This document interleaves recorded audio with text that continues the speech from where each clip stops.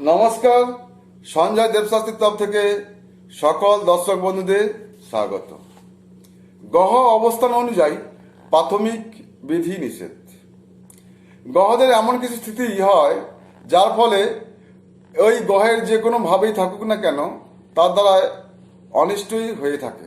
যেমন শনি প্রথম ভাবে বা বৃহস্পতি পঞ্চম ভাবে অবস্থান করলে, কুণ্ডলিতে শনি প্রথম ভাবে এবং বৃহস্পতি পঞ্চম ভাবে অবস্থান করে তবে ওই ব্যক্তির কোনোদিনই কাউকে তামার বাসন দান করা উচিত নয়। এরূপ করলে ওই ব্যক্তির সন্তান রোগী হয় বা চিরদিন কষ্ট পেয়ে থাকে।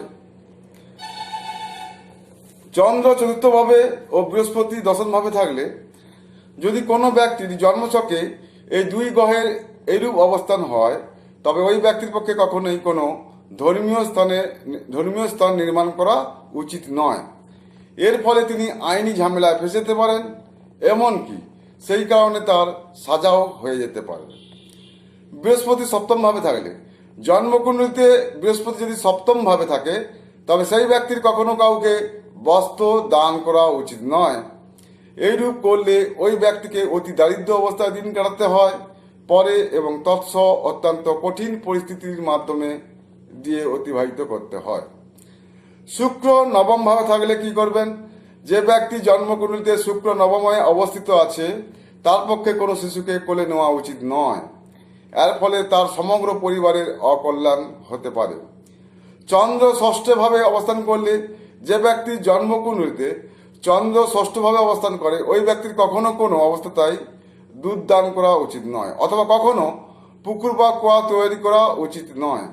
এরূপ করলে ওই পরিবারের ওপর মৃত্যুবৎ কষ্ট আসতে পারে বা ওই ব্যক্তির মাতার অকাল মৃত্যুর হওয়া সম্ভব।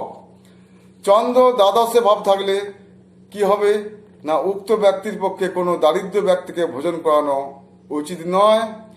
এর ফলে তার পরিবারের ওপর প্রচুর কষ্ট আসতে পারে এবং তার ব্যক্তিগত জীবনেও বহু সমস্যা সৃষ্টি হতে পারে। শনি অষ্টমভাবে অবস্থান করলে কি হবে? যে শনি অষ্টমভাবে অবস্থান করলে ওই ব্যক্তির পক্ষে সর্বজনীন ব্যবহারের জন্য কোনো গৃহ বা মন্দির তৈরি করা উচিত নয়। ফলস্বরূপ তার সমস্ত সম্পত্তি বিনষ্ট হওয়ার সম্ভাবনা থাকে।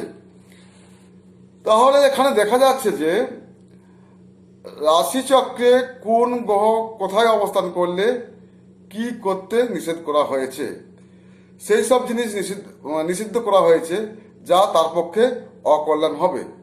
অতএব কোনো জ্যোতিষীকে দিয়ে আপনি আপনার জন্মকুণ্ডলী বিচার করিয়ে দেখে নেবেন যে আপনার কি করা উচিত আর কি করা উচিত নয়।